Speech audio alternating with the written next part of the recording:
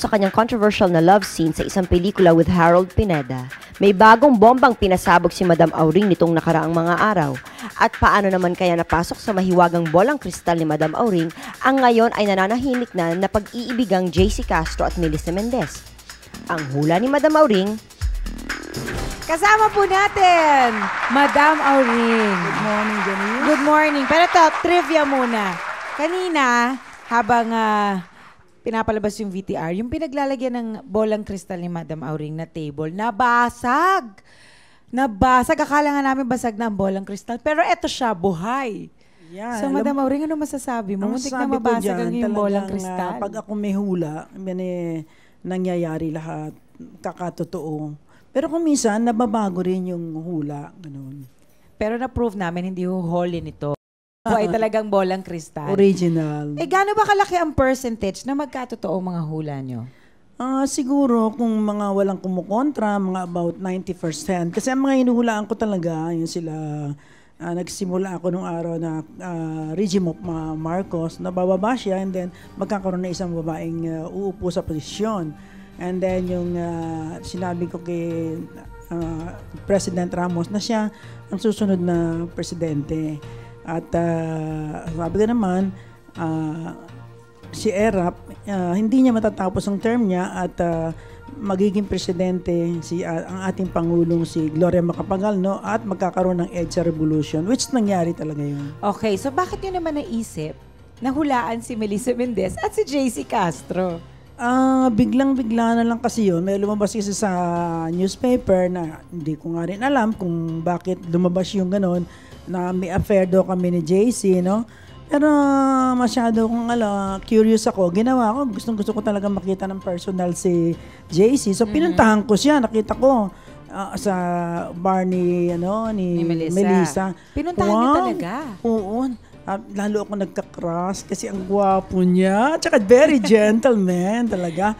Alam mo, hinipo-hipo ko yung kanyang mga muscle. Wow! Alam mo, type na type ko yung mga lalaki nag-gym. Gusto ko lalaking-lalaki. At saka, ang hinangaan ko sa kanya, very gentleman siya. Pero talagang, nung makita ko si JC, pamatay? Si Castro, parang talagang gusto kong gayumahin talaga siya. Hala! Pag uwi ko ng bahay. Hala, gayumahan na pala pag usapan uwi ko dito. Ng bahay, hindi daw, gimmick lang daw ito. Kasi nga, hindi. ayan gusto mo nga gayumahin si JC Castro. Ay nako, palagay ko tatalab na yung aking gayuma sa kanya. No? Kasi parang nakikita ko, pag tinitigan ko siya, hindi siya makatagal ng tingin. Ay, hindi ito.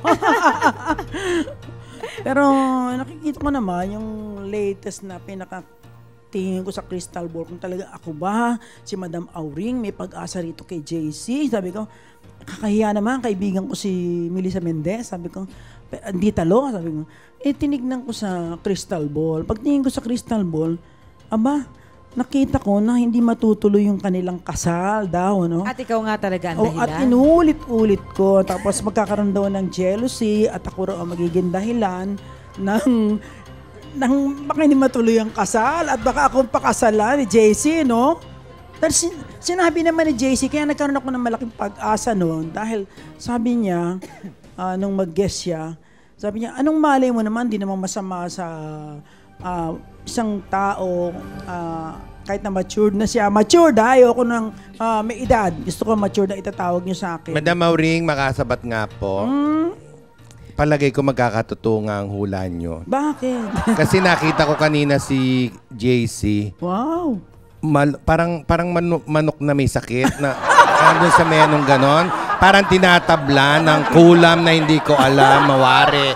Naku, Tapos nakita ko sa labas naman si Melissa. Para bang nakatingin siya sa langit na gano'n na parang may hawak siyang cellphone din na parang nalulungkot. Hindi, parang naliligalig siya na parang there's something going around gano'n, parang merong ngang spirit na umiikot-ikot. Na ikaw ba may bolang kristal dyan, Tito Alfie? Hindi, tinignan ko silang gano'n. Sabi ko, Melissa, ano ba nangyayari sa inyo di JC? Nasaan siya? Sabi niya, ayun po. Tinawag niya, tapos lumapit. Sabi ko, mukha nga yatang hindi matutuloy ang kasal nyo. Sabi ko.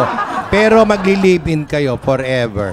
Sabi ko, di ba? Paano yan, Madam Auring? Pag, Alam mo pag kanina- lumabas sa harap mo si JC Castro at lumabas sa Hindi. bolang kristal na yan, anong Pagkakita ko reaction kanina mo? sa kanilang dalawa, bigla akong kinabahan. Tapos nawala sila. Sabi ko siguro nag-walk out. Wag naman. Sabi ko, nakakaya naman. Kasi nakita ko Oo, no, na parang nawala silang bigla. Andiyan pa lang kami sa tabi. Basta nga sabi ko lang talagang kahit na sino ang dumating sa buhay ko talaga, na lalaki, ang dami naman nakakagusto, may mga foreigner pa. Pero ewan ko lang kung bakit gustong gusto ko to si JC. Oo, si JC Castro, no? Kasi Ala. pagkakita ko sa kanya ng personal, biglang kinabahan ako. Kumabog-kabog So, talaga dapat ang nga puso. bang ma-insecure si Melissa? Ay, hindi ko lang alam kung talaga may in love nga sa akin si JC, Nako, no? mamaya. Hintay natin ang panahon. Kasama natin si JC tsaka si Melissa. Mamaya aalamin nga natin sa kanila yan kung nagsiselos nga ba si Melissa sa'yo. Pero Madam Auring, bago tayo magwakas, si Tito Alfie nga, ano ba nakikita mo kay Tito Alfie dun sa iyong bolang kristal? Si Tito Alpin, nakikita ko pa na marami pang tutulungang ano yan, mga artista, ganun. Nakikita ko rito na mahaba ang buhay niya. Anya lang yan, Nakikita pag mo ba dyan na nagtampo, nakikita mo ba dyan na magkakaroon siya ng bagong kaibigan na dati hindi na kaibigan?